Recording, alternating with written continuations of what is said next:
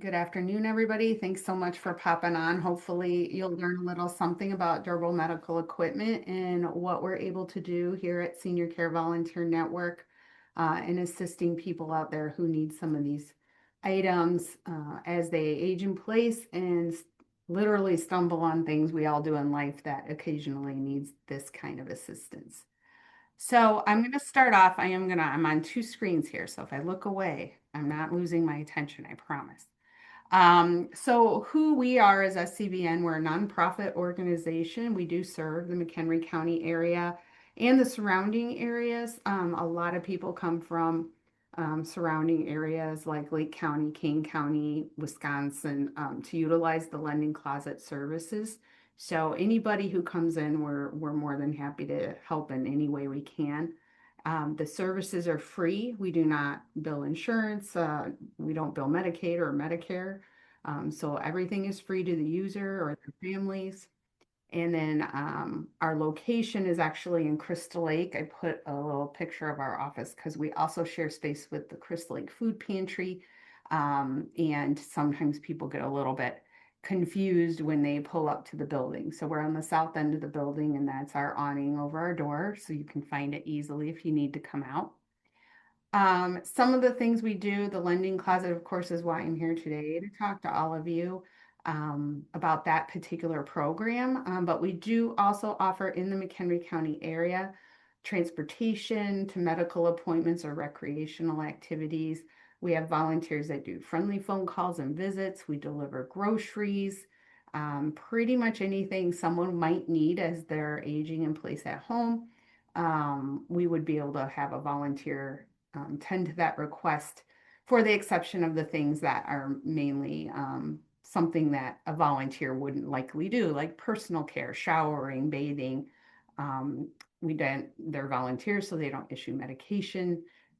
And we don't generally take requests for house cleaning because most of the volunteers retire so that they don't have to do that kind of stuff. So we take requests within reason and try to tend to everything they need the best we can. And if we can't, we do refer those out to community partners who have those services or items that they need that we can't provide. So today's primary service is our lending closet. In our medical equipment lending closet, it seems very small, but it's very active. So we have a rotation of equipment coming in and out every day, which is how we're able to keep up with the demand. The mission of the program is really just to provide some dignity and safety and have it be free for anyone who needs it. And highlighting that it's for the most vulnerable people, the ones that are either going into surgery, coming out of surgery, injuries. But we do also offer the equipment for anyone who wants to just remain stay safe at home. Maybe the items are used so that we can prevent falls, which I'll get into a little bit more. It's also, most of the time people need the equipment, it's in a time of need, great need. Maybe there was a fall and they're being discharged from the hospital, and there's a time lapse between when their insurance will cover a piece of equipment or they need it because they didn't know they were getting out today. That happens too. And sometimes it's the family members that are coming in, like mom's in the hospital and she just fell and I need this and I need this. And so there's some overwhelmedness as well that comes with that. So removing those barriers and that stress that comes with all of it, that's another reason why our lending closet exists and why we're able to continue to provide this service. Like I mentioned before, it does help with reducing falls. It also helps with caregiver strain. If the caregivers just kind of got all the stress and anxiety on them about taking care of their loved one, all of these items may make that a little bit easier at home, and also put them at ease that if they, they're there to help here and there, but they do go home, they do have a life, they do have kids, they have all these other things, knowing that those risks are limited using the equipment in the home and knowing that it's there is very supportive to the caregivers as well. So what is durable medical equipment? So by definition, we refer to as DME, and we have to get better at not always using acronyms like a lot of places do, but we do too. So durable medical equipment is reusable home use medical equipment, and it's designed for short or long-term use. Generally, it's long-term, but we've noticed with all of the recoveries from hip surgeries, knee surgeries, things like that, they're really pretty short-term. Most people, on average, only borrow the equipment for about 3 months as they're recovering from something. Medically necessary for treating illness or injury. That is, and I put it down in the lower area here. Medicare likely will require they'll have you jump through a lot of hoops to get things or acquire items that are covered with insurance, and a lot of it is not covered in insurance. So either there's the delay or there's a hiccup and you're waiting, or it's just not covered at all. And that's generally when people come to us to either fill that gap, time gap, or coming in to borrow it because it's just easier. There's a lot less barriers. The characteristics defined by Medicare.gov is to be considered DME. Durable, so it has to withstand repeated use. It needs to be it needs to be a medical necessity. So it needs to be a primary purpose for some diagnosis or prognosis.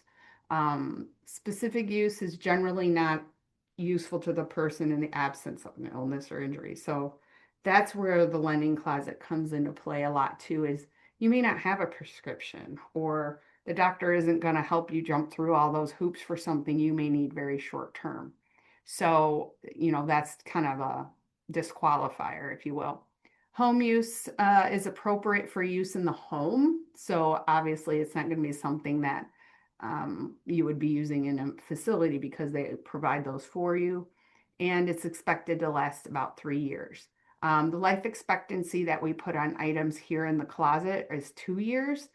Only because a lot of the equipment that we get donated to us, we don't know what age they are when they come to us.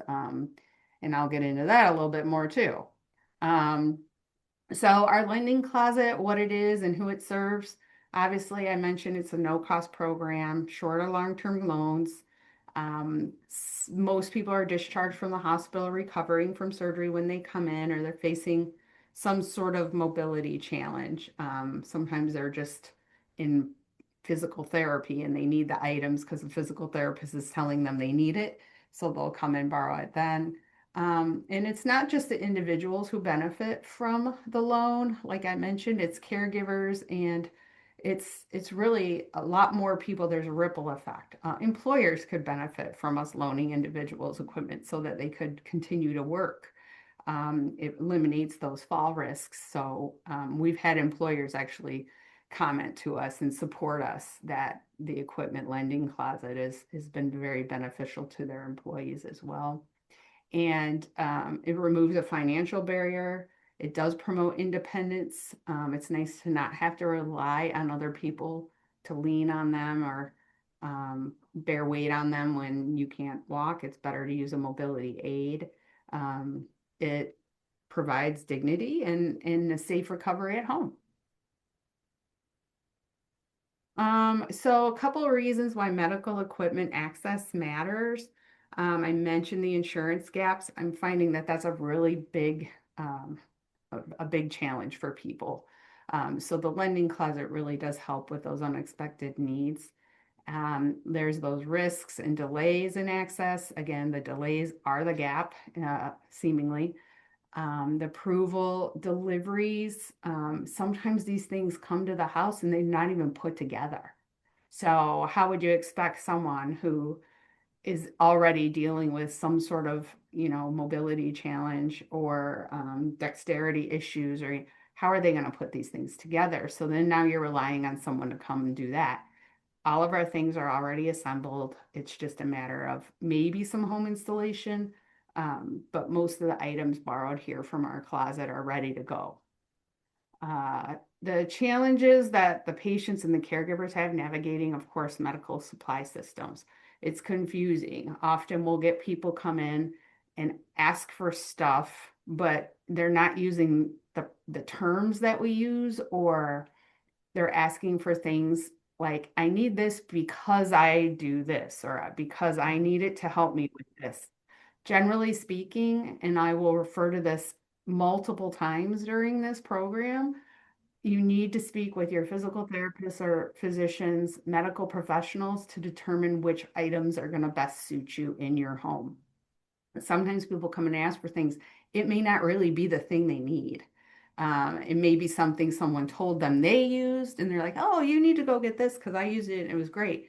Well, that's a referral. It's not a recommendation from your physician. So we always make sure that it's very clear that before you come in, find out from your doctor what it is exactly that you're needing at home so we can go ahead and get you the right stuff. The equipment, it enables safety and independence. Again, it fits so perfectly with our mission of keeping people at home and living independently in safe environments and improving their quality of life. It's exactly what this program's designed to do. And there's a lot of benefits from it too beyond that. I thought I'd go through just real quick. I thought I wasn't sure where to put this in, so I just put it in here. But there's some fall risk reductions you can do at home. I remember my mother saying this: an ounce of prevention is worth a pound of cure. I think sometimes it's better to think of these kinds of things you can do at home now, before the time would come that you would need to have this equipment in your home. So just a few things here: grab bars in the bathrooms. They're not very expensive and you can get them professionally installed, with the place you need them. We would recommend that. That's someone who's, you know, comfortable with installing those and knows how to do them in the right way. And then non-slip shoes. So they're super easy to use, non-slip shoes like Crocs or flip-flops or slides or any of those shoes, slippers even. But they're really not very good to be walking in. All you need to do is take a wrong step or turn the wrong way and it could take you down. Something as simple as a pair of Crocs could take you down. And I'll throw this in right now. If you think about it, we're all really just one fall away from a life-changing event. Um, you don't think about it. We don't go out every day thinking, oh, today's the day I might fall. But it could very well be the day you fall. And knowing what you're going to do, and I'm hoping this program helps to do that, is, oh, I know there's this lending closet. If something were to happen, I know I could probably get some items there to help me. That's half the battle, is just knowing where to go. Elderworks is another perfect example of that. You may not need it right now, and hopefully you don't for a long time, but when the time comes and you do, you got to know what your resources are and who to call in those times of need. That is the contingency plan. We don't plan on it, but have a contingency plan. So another thing, rugs and extension cords. I know the fire department tells us this all the time. Don't leave, loose throw rugs in your home, or, run things with extension cords across the floor that you could trip on. And then, make sure that things are on shelves that you can reach. Don't use step stools and ladders. There's some classes out there, and I'm sure Elderworks probably has some of these on their agenda at some point, but some matter of balance classes, Tai Chi classes, things to help you with your core, to help keep you strong and moving and able to stretch and reach. And those are actually really, really good. And if they don't do them, I know for sure they would know where to send you to enroll in those. Report to your doctor or physician if you're feeling dizzy or lightheaded. And then make sure you drink plenty of, I'll say, fluids, but I'm a bad water drinker and I know I need to drink more water because I drink a lot of coffee. If you wear glasses, wear them. Don't try to navigate places where you know you need them, and you could potentially fall or trip over something. And the same thing goes with hearing aids. I had not put this together, but someone had shared that not wearing your hearing aids or having them on when you're walking could affect your kind of your equilibrium. And I thought that was really interesting, but it kind of makes sense. So wear your hearing aids if you're out walking around too. And then make sure you're taking your medications as directed. And if you get any of those symptoms of vertigo or dizziness, make sure you reach out and tell them, because maybe you do need a mobility aid to keep you from falling. So we'll get into, I've got a bunch of pictures we're going to go through too here in a second, but mainly medical equipment that's loaned out are things like walkers, rollators, wheelchairs, shower chairs, something very lightweight, simple. But boy, they work wonders if you need them. If you can't walk long distances and you've got a day planned with loved ones, a wedding, where you know you're going to be fatigued from standing, borrow a wheelchair or actually probably a transport chair because they're lightweight for the day, and you don't have to worry about it. You just need someone friendly enough to want to help get you around. So there's some of those devices. Maybe you're having someone over that has a mobility limitation of some kind, and you don't need to install, grab bars for their visit, but it might be helpful if you had a shower bench handy, or a shower stool even, if someone might need to sit while they're in the shower. Mainly it's used to prevent falls or to have after surgery. The assistive devices also reduce physical strain. And like I mentioned with caregivers, some of this is going to be a little bit repetitive, so I apologize. But I don't think I think it's worth repeating. So just, keep that in mind as I'm going through here. It's also just your daily routines. Everyone's got one. Most of us have it. You get up, you get coffee, you sit down, you read the paper. All of these routines that you have every day. Just if you need something or you come across a challenge with one of those things in your routine and an item could help you with that, certainly don't hesitate. Pick it up. Make your life easier. You don't need to make it any harder. Um, and then we have I'm going to get into this one actually in a little while, going a little bit more deeper in how the reuse of all of this equipment works. Um, and then Jessica's going to have to keep me on my time. I think we'll be fine. I think I'm going through this actually really fast, so maybe I'll slow down. All right, well, here we are. I'm going to go through some of these things that we loan out. And if you do have questions about a specific item or what it might be used for, again, I'm happy to try to answer those if you want to put them in the chat. So we do loan out commodes, different types. There's the drop arm type. There's some of them have toilet paper holders. These are meant to be bedside. It's an over the toilet option is something to think about. But with our lending closet, we really, really try to use and refer people to using the toilet safety frame, or the safety arms. Mainly this is for over the toilet. Mainly because they're just easier to clean, to be honest. The commodes, when they're used, they do come back, and majority of the people, it's clean, it's been wiped down, probably with Clorox wipes, they come back in really good, clean condition, but we have to clean them no matter what. So even if they're like insistent, like, no, I cleaned it with bleach and it's fine.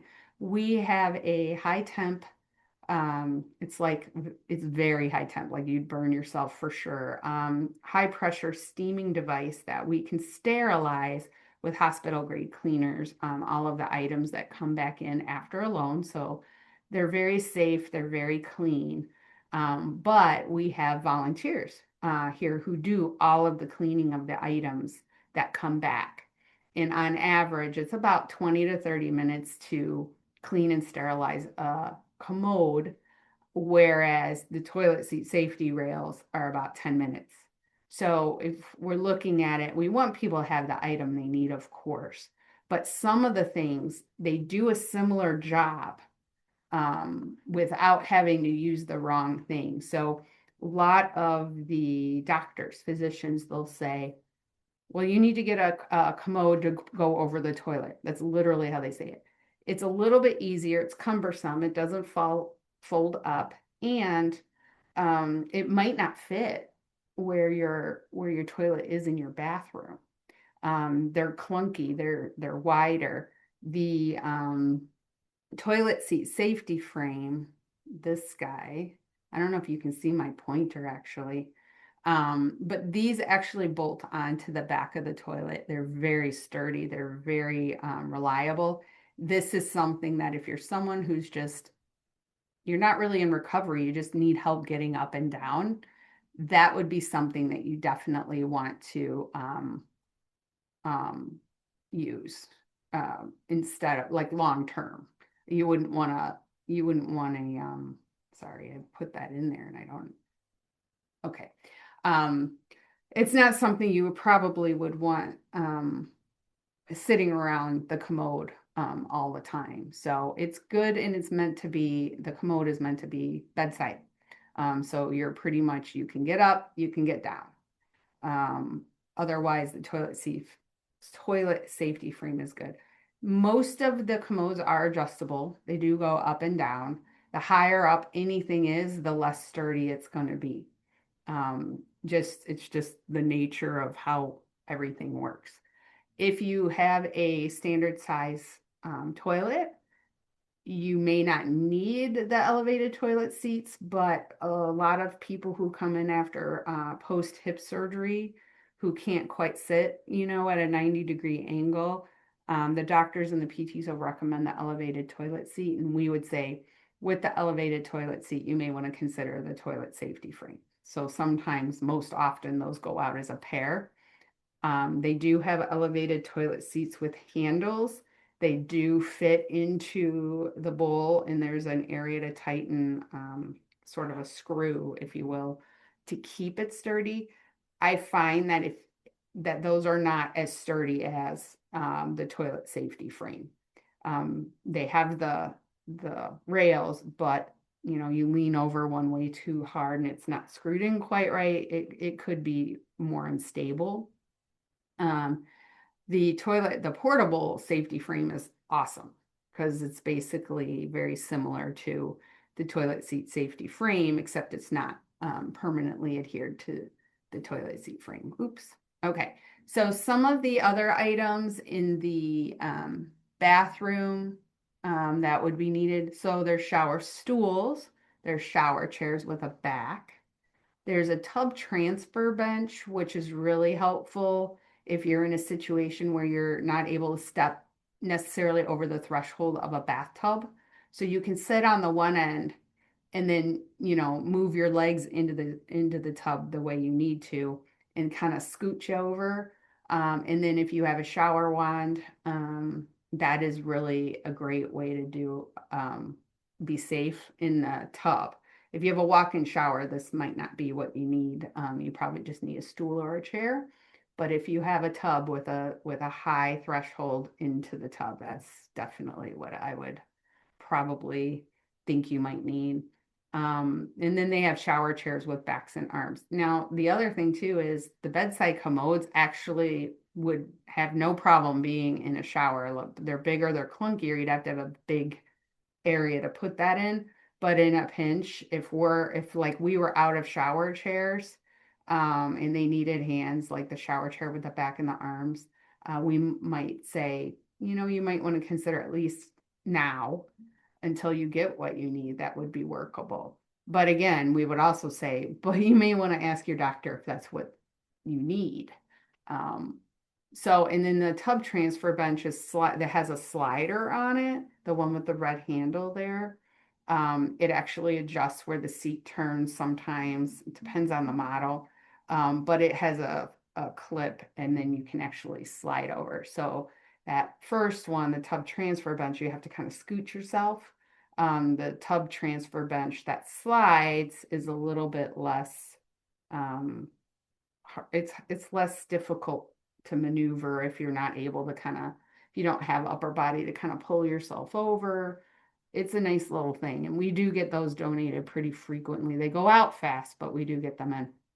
And then the tub grab bar, there's a debate on this. We really do not loan out the clamp on, I'm sorry, the suction cup one, because I just don't trust them. I've never had anyone come back and say that they failed, but I've had people I know in my own personal life who have had that happen. So I'm reluctant to even let those out. I mean, unless it's the only thing we have and we say, well, we have this.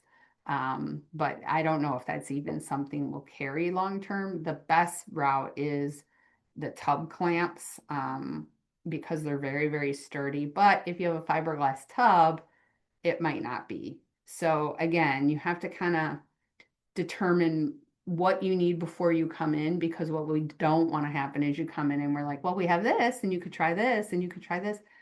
We can do that, but we don't like to do that. And it gets people frustrated because they go home with these devices thinking it's the right thing for them, to find out it's not, because we can't see your bathroom. Like, we don't know how much room you have around your toilet, and we don't know a lot of that stuff. So we really do put a lot of pressure on the borrower to know that information before they come. Let's see. Okay, we do also too, there's a difference between a bariatric item and a regular item. I have found a couple things. Most bariatric items, not all of them, but most of them that hold 350 pounds or more, are like a steel leg. They're not usually aluminum and lightweight. They have some real heft to them because they're holding more weight. We can identify them here. So if you were to call a lending closet, inquire about a bariatric item versus a regular item. They're also generally wider, and they're made for heavier people, so it's the better item for it. Generally on the seats with the transport chairs, there are commodes that are bariatric. Those are more like steel. They're pretty heavy. But anything 20 inches or bigger will hold 350 pounds. And some of them go up to 22. I think we have two in our inventory that are 24, but I believe, only having a couple, they're not in stock very often. Again, anything you need, it's always best to call to see if we have it here on location. And if we don't, we do refer to, at least locally, Elizabeth Ann Seton Church here in Crystal Lake has a lending facility, and the McHenry Township up in McHenry-Johnsburg area, they have a lending closet as well. And I believe they're the same way. We don't limit the age on our lending closet program. I should mention that as well. So you don't have to be 60 and over to utilize the lending closet. Anybody can come in and use the lending closet. If we have the items, great. We can get you what you need. And if we don't, we can refer you to someplace that may have them for you.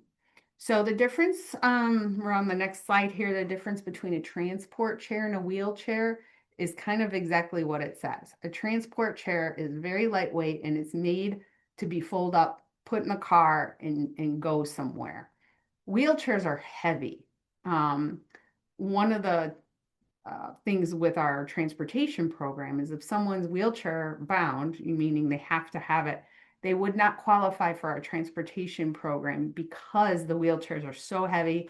Volunteers drive their own vehicles, and a lot of our volunteers, and the majority of them, are over 60 as well. So lifting wheelchairs can be hard, and on the caregiver too, physically. So the transport chairs are really best used for that, and those are pushed by someone else, where a wheelchair is made to be self sort of propelled. It's got, the handrails on the rails, or I guess they're handles. I don't know what you want to call them, but they're on the wheels themselves. So you can push and propel yourself individually for your own, getting around. Or you can be like a lot of people and just get in it and scoot backwards to get around. See that very frequently. The legs on all of these devices for wheelchairs and transport chairs generally are removable, which is nice for storage or putting in the car. There's different kinds of legs. There are legs, or what we call footrests. That's all they do. They hold the feet.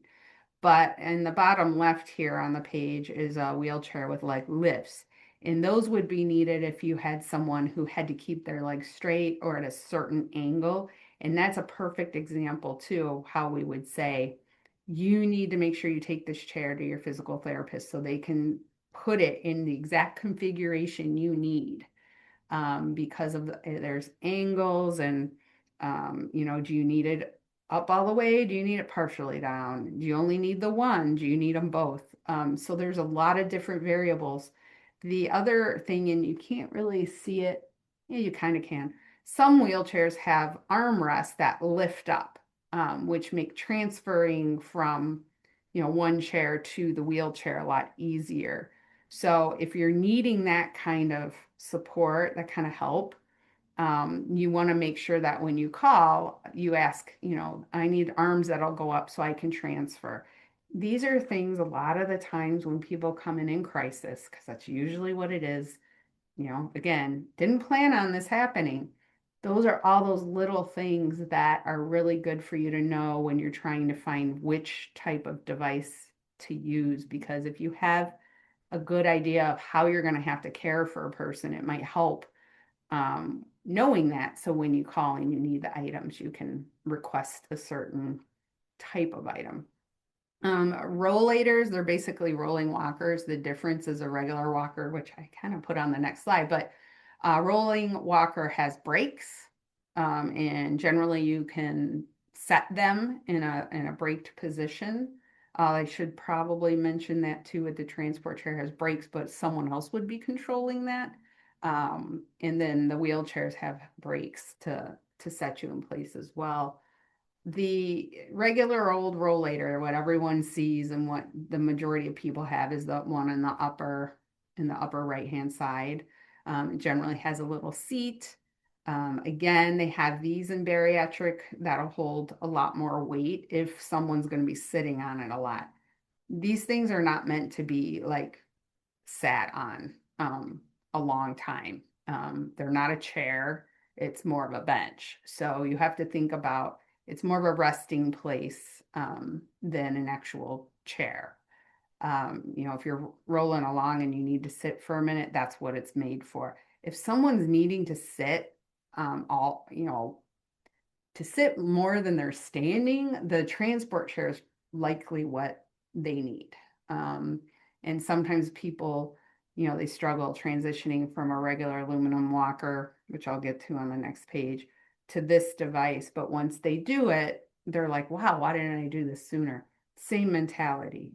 Don't use something longer than you need to because you're, maybe I'll call it vanity, pride, I don't know what, but some people just feel like having to move to a different mobility device, maybe, it's like reminding you that maybe you're in a decline. Sometimes it's temporary, sometimes it's not, but I don't think you would want to risk the fall and potentially doing a lot more damage. So, safety first, but take care of yourself and make sure that you're getting, utilizing the devices that's best needed for you.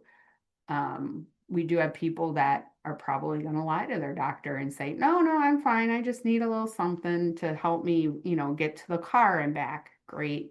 Just be realistic with yourself and know what your limitations are. So ultimately you don't become a fall risk in using the wrong mobility device. The three-wheel rollator, we do get these donated. They do not have a seat. They're meant specifically for walking.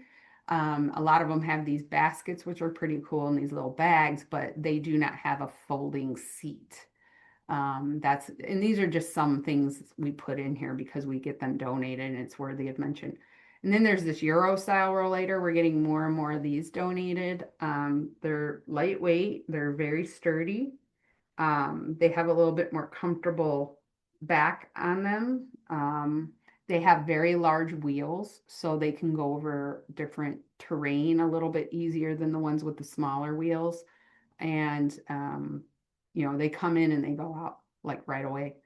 But the same thing, they have brakes that can be set.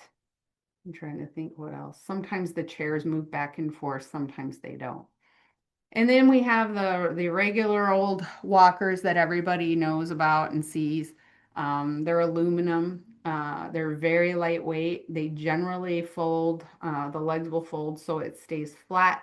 Very easy to maneuver in and out of a trunk. Our drivers we definitely would be able to do transport with the rolling walkers with the brakes. These walkers, the aluminum ones, canes, crutches. Once someone is needing to depend on a transport chair or a wheelchair, they would not be eligible for transportation at that point. They do have walkers and they have these attachments for forearms. Sometimes they only need it on one side. Perhaps an example might be they had a stroke where their mobility is limited on one side, and they need a little bit more extra support. The doctors would definitely, the PTs would definitely indicate whether or not this is something that was needed. And again, the height changes on all of these things. So what's really, really, I cannot emphasize it enough, that's important is that you have these devices fitted for you in a custom way from your professional caregiving, um, medical caregiving provider. So the doctor, the physical therapist, whoever you're working with. A lot of people come in and get a walker and they ask the volunteers here in the office, like, well, I don't really know how high it should be. Well, we can't answer that question because the height for you is going to be different than the height for someone else. And again, there's all these angles, and we are not medical professionals. We really just host the closet and the items in the closet. We make sure they're safe. We make sure they fold.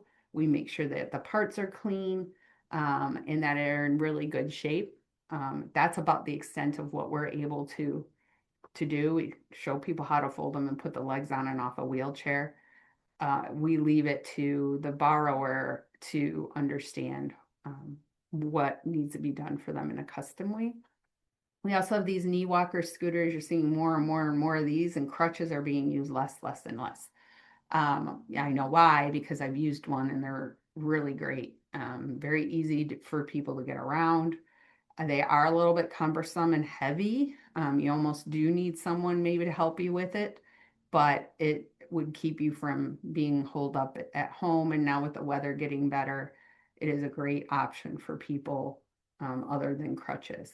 Crutches, you need a lot of upper body strength, and it hurts your armpits if you got them in the wrong way. And again, the heights and all of that stuff. So the knee walker is a great option other than crutches.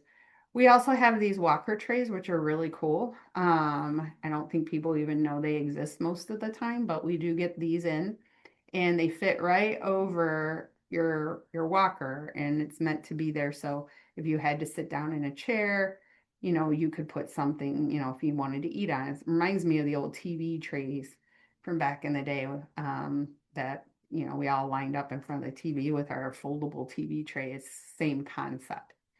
All different kinds of canes. They're all adjustable. So anything adjustable, again, talk to your healthcare provider on how, that needs to be, what height, which arm are you using? Some people come in, they have a limp on one side and they don't know which side their cane needs to be. And we don't know either because it depends on what's going on. So we refer them back to their medical caregiving provider. The hurricane, you've heard of this one. Um, Again, I think this is a preference thing or a referral from the doctor thing. I don't know. I find them to be not as stable as a regular cane. And the best option for stability really is still the quad cane. It's got a nice strong base on it. And usually people, they start with the quad cane and then they move to, a regular cane. I personally love a walking stick because it's really cool looking and it doesn't look like a cane, but that's me. for stability, but I don't use a regular cane on a daily basis. So again, that's another thing to think about. You know, are you using it long term or using it short term? Is it need to be adjusted every week or every other week? Those are all questions for your healthcare provider. Crutches, we do have them. Most people are going for the whole knee scooter thing. And then we have forearm crutches. And again, those are usually a specific type of item that people come to because their doctors or their PTs said, go see if they have these. But we do. A hemi walker, which is in the bottom left, we have those, and those are usually, again, for someone who's limited on one side of their body, and likely in physical therapies trying to strengthen that one side. Sock aids, those are an item that go out pretty frequently with people who had knee or hip replacements and have trouble getting down to their feet. And that's important too, because socks are important, obviously, but because we're not going to wear Crocs and flip-flops, if you're wearing tennis shoes, something with a solid base, you will probably want to wear socks. So there's a compression sock aid too. So if you need to use compression stockings, I don't know if you've ever put these things on, but they're almost impossible. And they're even more impossible if you're trying to get them on someone else. So these compression sock aids are, you know, amazing. They help tremendously. And so we do loan those out as well. My hope is most people who need these items and they have to wear them long term, probably get your own because you're going to use it probably for a long time. And then we have this leg lifter, which you just simply slip your foot in down here at the one end, and then you can kind of lift it with your other arm if you need to. It's different kinds of those. There's long, really long shoe horns. And then these grabber reachers. You know, I mentioned before safety about keeping things on low shelves where you can reach them and not need a step stool. These grabbers are pretty good for helping in those situations. Transfer boards we carry. Again, that's for helping move someone from one area to another without them having to stand all the way up. This item, this easy seat chairlift, we get those, but not very often. And when we do, they generally go back out pretty quickly. So that would be an item we may have, but again, ask before anything comes through. Exercise pedals, we get these donated in a limited amount, but like I think right now we have 2 of them because they go out and they come back. Ramps, this is important. So we have ramps, but they're really not for, like, this picture kills me because it's not even that's not even right. So I should take that off of here. That would probably be good enough for like 1 step, maybe 2 if they were small. There's a formulary on ramps, and we would probably refer out to one of our partners to help with ramp installation, or at least give people the idea, going out, doing a scope of the area and finding out what length of ramp you need. So again, before we loan those out, we'd say, well, how many steps are you going up exactly? Because these are only we go up to an 8-foot ramp, which is like 2 stairs. It's not very high at all. So like this picture cracks me up because unless that's like which it is not, like it's way too short. So bed assist bar, this is an item, this long piece goes under a mattress, and then it's got the legs and it just helps people get in our. We do not have hospital bed rails or full-length bed rails, mainly because there's installation on a bed. We would refer out to one of our community partners for a hospital bed, perhaps a rental. Sometimes people are getting rid of them. We always say maybe the marketplace, you can find something, but again, they may need to be retrofitted to your own bed, and that's where safety becomes questionable too. So always go to a professional when it's something that someone's going to really be needing to bearing a lot of weight on, or needing it to actually manipulate themselves in or out of something. It needs to be strong enough, and we can't really determine that for people. This step stool with a handrail, we get those sometimes too. here's some of the things we can't loan out. Ventilators, things with power cords, orthopedic items, hospital beds. The things on this list, I don't need to go through them all. If you call and you have something to donate, we would just tell you whether or not we would take it or not. The items with the asterisks mean we have a partner or community partner who likely would either rent those out or um, places you might be able to donate those items. So like bandages for wound care, we don't take those here, but we know the Family Health Partnership Clinic across town would likely take them as long as they're not opened. Um, and then you get into some of these really anything that's wound care related, we don't take. Um, so and mainly we don't take the beds and Hoyer lifts and things just because of the size and they're so big.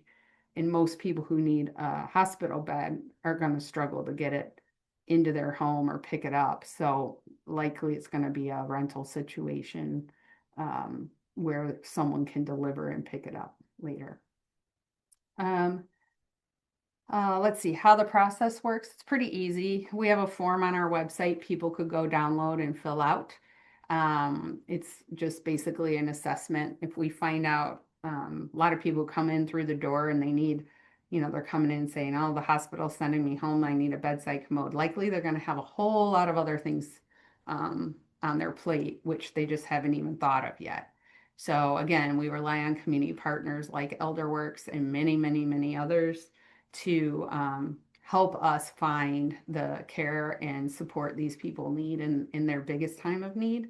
But there's a lot of other variables that we don't address here internally. So we do what we can, we get them what they need, and then we refer to other places if we find through the assessment process they have other needs. The appropriate equipment is generally given out based on what they tell us. So we can't really make recommendations. We have to know what they want before they come in. And then if we have it, we can certainly loan it out.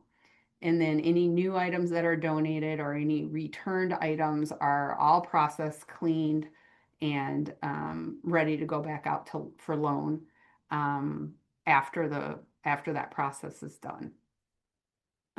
There is some information we ask. There's a hold harmless document included in the loan agreement so that we're not held liable or the volunteers that are helping in the lending closet are not liable in the case there's someone who uses it wrong, installs it wrong. Once it leaves the door, we're really not liable anymore. So we want to make sure we're getting people the right devices, the newer devices, the clean devices, all for safety purposes.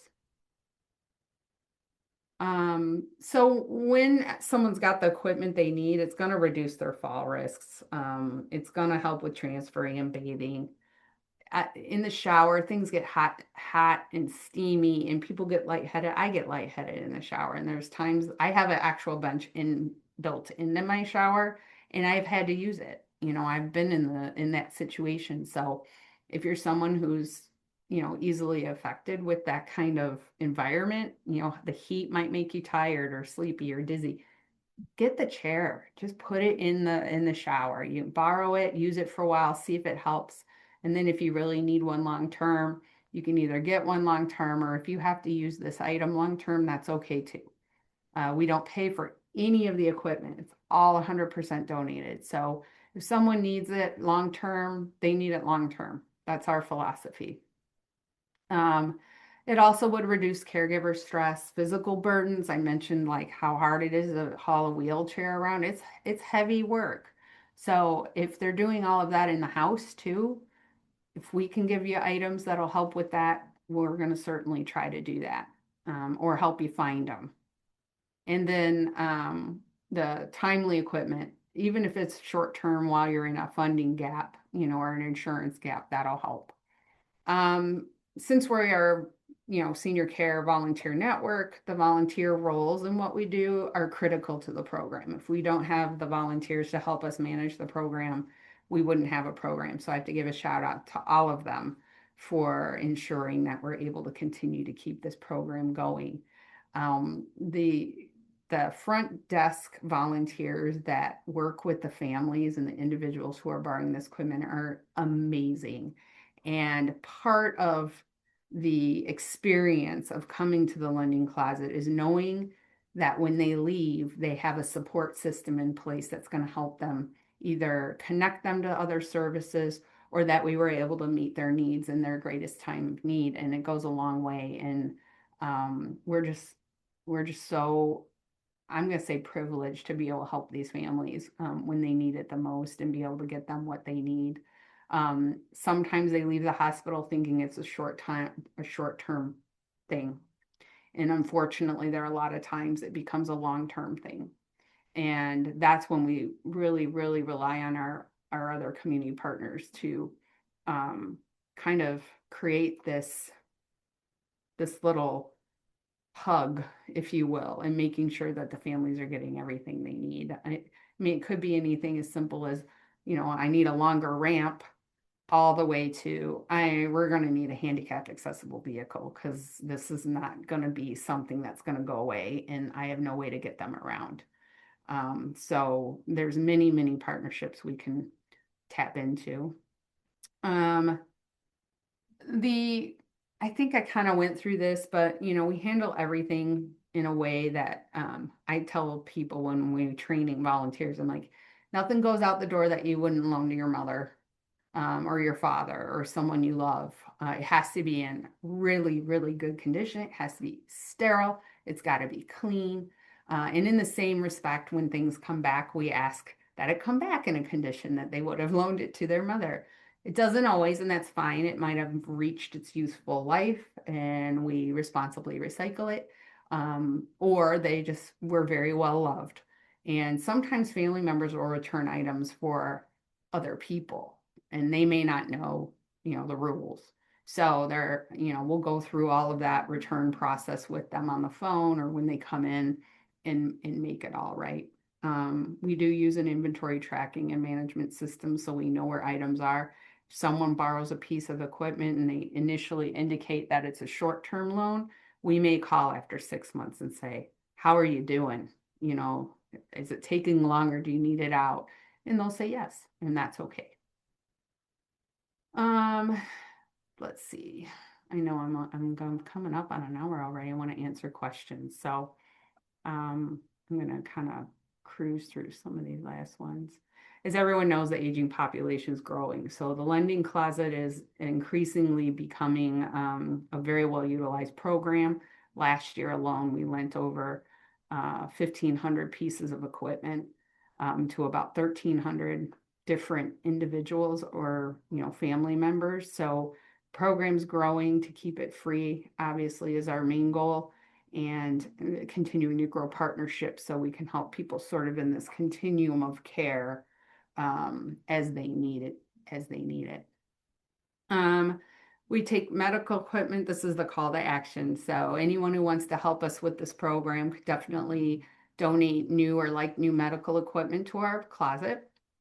Certainly, we're always looking for volunteers. We're a nonprofit, so financial contributions are greatly appreciated. And just spreading the word. One of the things that's interesting is we really don't have to advertise our lending closet because of the connections we have with all the hospitals, physical therapists in the area. They all know to send them to us. And so we refer to people to spread the word. So, okay.